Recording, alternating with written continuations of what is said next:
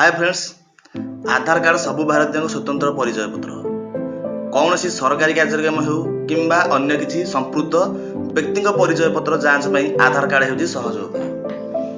एथिरे UIDAI द्वारा प्रदान कर स्वतंत्र आधार नंबर अंतर्भुक्त अच्छी।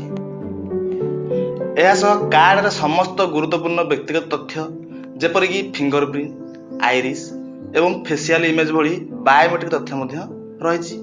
जेहेतु आधार कार्ड रे बायोमेट्रिक तथ्य रोचे तेणु यह गुरुत्वपूर्ण अटे। देशर प्राय 90% जनसंख्यार आधार कार्ड अच्छी। प्राय 134 कोटी लोकों पाखे आधार कार्ड अच्छी। अनेक स्थान में डॉक्यूमेंट भाव में आधार कार्ड आवश्यक। तेरे आपन जानते कि आधार कार्ड हूँ दुई प्रकार। कौन कौन? गोटे साधारण आधार कार्ड एवं अन्यटी ब्लू आधार कार्ड। ब्लू आधार कार्ड कौन तो फ्रेंड्स आज आम जाना। तेरे आप जानते कि ब्लू आधार कार्ड कौन, कहीं तैयारी हुए? यही आधार कार्ड पर यह unique identification authority of India तथा UIDAI द्वारा जारी कर 5 वर्ष कम बयस पाई ब्लू आधार कार्ड तैयारी कर। साधारण आधार कार्ड रे लोकों को आंगुठी छापर बायोमेट्रिक थाए, यही ब्लू आधार कार्ड रे बायोमेट्रिक नहीं। यह बाल आधार कार्ड कहुए।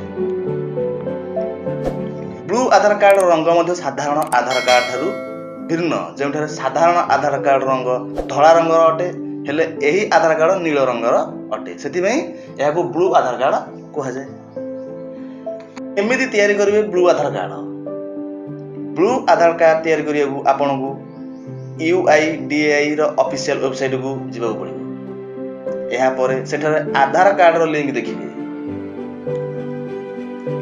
यह क्लिक करिया पर एक नुआ टैब खोल। एठारे पिलार नाम, फोन नंबर एवं ईमेल आईडी देवा पड़े।